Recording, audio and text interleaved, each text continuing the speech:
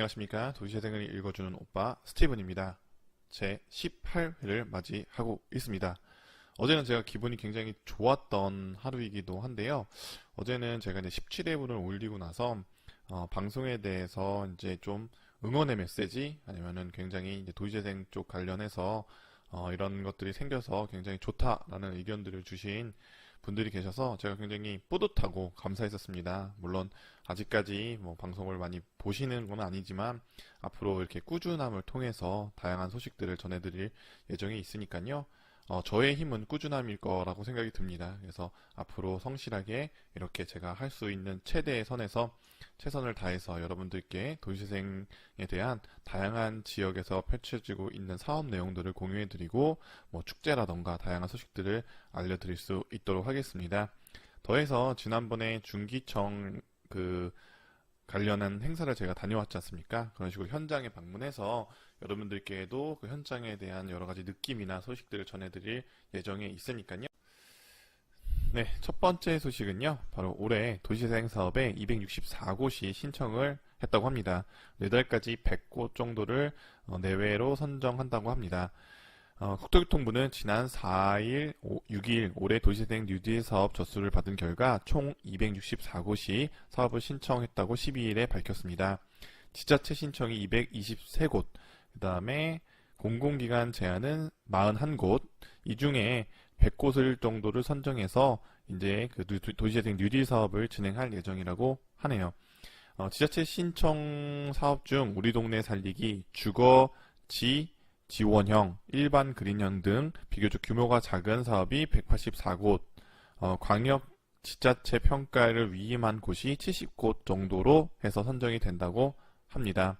국토교통부 관계자는 향후 2달 동안 서면, 현장, 발표, 평가 등을 통한 부동산 시장 영향 검증 등 절차를 거쳐 8월 말까지 최종 사업 지역을 확정 발표할 계획이라고 합니다. 얼마 전에도 제가 이제 쭉 이런 여러분들께 소식들을 읽어드리기 위해서 쭉 서칭하다 보니까 다양한 지역에서 이 공모 사업에 지원했다라는 뉴스들이 굉장히 많았었어요. 그래서 이제 최종적으로 이렇게 264곳이 신청이 되었고 경쟁률이 그러면 한 2.5대 1 정도 되겠네요. 2.5대 1 정도가 될 것 같아서요. 올해도 굉장히 많은 지역, 지난번에도 한번 말씀드렸듯이 매년 100곳 정도의 도시재생 뉴딜 사업들이 선정될 예정에 있기 때문에 아마 이제는 큰 광역시, 그 다음에 기초지자체, 그 다음에 좀 뭐 군 단위의 도시에서도 굉장히 많이 도시재생 뉴딜 사업이 진행이 될 것 같습니다. 그만큼 또 다양하게 여러분들께 또 소식을 전해드릴 필요성이나 아니면은 그런 목표가 있게 될 것 같네요. 다양한 소식들을 많이 전해드릴 수 있는 또 뉴스가 되겠지만 또 이 부분에 대해서 추후에는 어떤 문제점이 있는지에 대한 이야기들도 여러분들께 함께 공유하도록 하겠습니다. 그래서 일단은 제가 결과 발표가 나면요, 관련 자료들은 제가 방송을 통해서 또 다시 한번 공유해드리도록. 네, 두 번째 소식입니다. 두 번째 소식은요, 대구시에서 2018 제18기 열린 도시재생 아카데미가 개최된다고 합니다. 대구시에서는요, 도시재생 패러다임 전환에 따른 올바른 이해와 역량 강화로 주민들의 도시재생 사업을 위한 제18기 열린 도시재생 아카데미를 개설하고 수강생을 모집한다고 합니다. 기간은 8월 8일부터 9월 19일까지 매주 수요일 저녁 7시부터 9시 30분까지 진행이 된다고 하고요. 8월 3일까지 선착순 마감을 한다고 합니다. 신청 방법은 대구 창의 도시재생 지원센터 홈페이지에서 신청서를 다운받으신 후에 이메일로 접수하면 가능하다고 하고요. 강의료는 무료라고 합니다. 선발 인원은 300명 정도이고요. 장소는 이제 대구 경북 디자인센터 5층 컨벤션 홀에서 이제 강의가 진행된다고 하네요. 저도 도시재생 열린 아카데미 관련해서 대구에 한번 강의를 간 적이 있는데요. 굉장히 많은 다양한 나이대 분들이 참여하시고 굉장히 열정적으로 들어주셨던 경험이 있어요. 그래서 도시재생 아카데미에 대한 굉장히 뜨거운 열정이 있는데 대구는 좀 특징적인 것 중에 하나가 이제 부동산업 쪽에 관련된 분들이 또 많이 이것들을 듣는 경우들이 굉장히 많더라고요. 그래서 굉장히 또 잘 운영되는 아카데미 중에 하나라고 저는 생각이 들어서 올해도 또 좋은 강사님들 모시고선 진행이 될 것 같으니까요. 많이 도시재생 쪽에 관심 있는 대구 지역의 분들은 한번 참여해 보시면 굉장히 좋을 것 같습니다. 300명이 선발 인원인데 선착순이라고 이렇게 나오는 거 보니까 굉장히 많은 사람들이 매번 신청을 하는 것 같습니다. 그래서 서둘러서 신청하시면 될 것 같습니다. 네 번째 소식은요, 스마트 금천 도시미래 솔루션이라는 프로젝트라고 하기 그렇고 세미나가 이제 시작된다고 합니다. 일정은 7월 13일, 그 다음에 18일, 7월 26일 이렇게 3번에 걸쳐 진행이 되고요. 시간은 4시부터 6시 30분까지 금천구 사회적 경제 허브센터 2층에서 진행이 된다고 합니다. 첫 해에는 도시재생과 참여의 기술, 그 다음에 디지털 사회 혁신, 스마트 인프라와 데이터 활용, 3가지 이런 주제를 가지고선 금천구청, 서울의 금천구청에서 진행된다고 하네요. 그래서 관심 있는 분들은 함께 참여하셔서 도시재생에 대한 여러 가지 의견들이나 이야기들을 스마트 금천 도시 미래에 대한 해결책, 솔루션을 이렇게 냈는데 아이디어를 함께 공유해 주셨으면 좋겠다라는 의견 드려봅니다. 네 번째 소식은요. 경기도 고양시 도시재생센터에서 고양시 도시재생에 관심이 있는 고양 청년들과 만남을 가졌다고 합니다. 고양시 도시재생센터 김중원 파트장의 간략한 센터의 소개와 고양시 도시재생 사업 현황 보고에 이어 청년 당사자들이 의견을 나누는 시간이 마련됐다고 하네요. 정강섭 센터장은 구체적인 사업 계획에 대한 의견보다는 고양시 청년들이 하고 싶은 것들과 원하는 것들이 도시재생 사업과 어떻게 연결될 수 있는지에 대한 전반적인 의견을 들어보기 위한 자리로 이 자리를 마련했다고 합니다. 고양시의 경우 청년들이 많이 살고 있지만 대부분의 서울로 출퇴근하는 청년들이 많다 보니 지역에 무언가 하기가 쉽지 않다라는 의견을 냈던 청년들도 있고요. 고양 네트워크 파티 신지연 씨는요, 도시재생이 청년들의 삶과 어떻게 연결될 수 있을지에 대한 고민이 필요하다라는 의견도 주셨습니다. 그리고선 또 사회적 기업인 인피루트 김지은 대표는 청년과의 연계 방향을 고민함으로써 고민에 하기에 앞서 고양시 청년 실태에 관한 기초조사가 필요할 것 같다라는 입장도 냈습니다. 관련해서 정강섭 센터장은 도시재생 사업이 끝난 뒤 해당 지역에 자생적으로 운영되는 CIC 커뮤니티 이익회사 이렇게 표현이 되는데요. 이것을 만들기 위한 제안을 한 상태다고 합니다. 여기에 고양시 청년들도 운영 주체로 참여할 수 있도록 할 계획이라고 밝혔다고 하네요. 굉장히 좋은 것 같습니다. 저도 이거에 굉장히 동의하고요.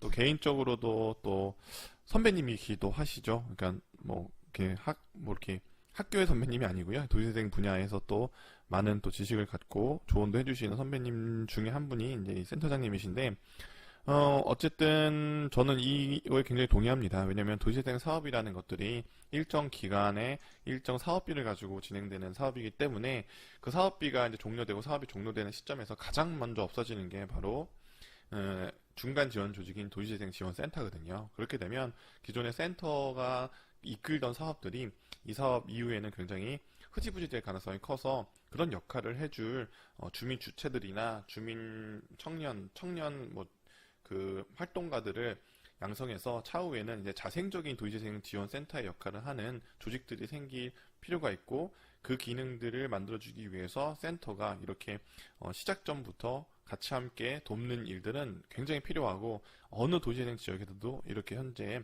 CIC 형태의 이런 회사들이 만들어져야 된다고 저도 동의를 합니다. 그래서 지금 아직은 만약에 도시재생 사업이 시작되는 시점이라고 하시면 아직 먼 얘기야라고 얘기할 수도 있겠지만, 지금도 준비해놔야지 역량 있는 친구들이 2년 정도의 경력을 쌓고 여러 가지 현장 경험, 그 다음에 지식적 측면에서 완벽하게 갖춰져서 지역을 이끌 수 있는 연구원 아니면 코디네이터로 활동할 수 있을 거라 생각이 듭니다. 굉장히 좋은 의견인 것 같고요.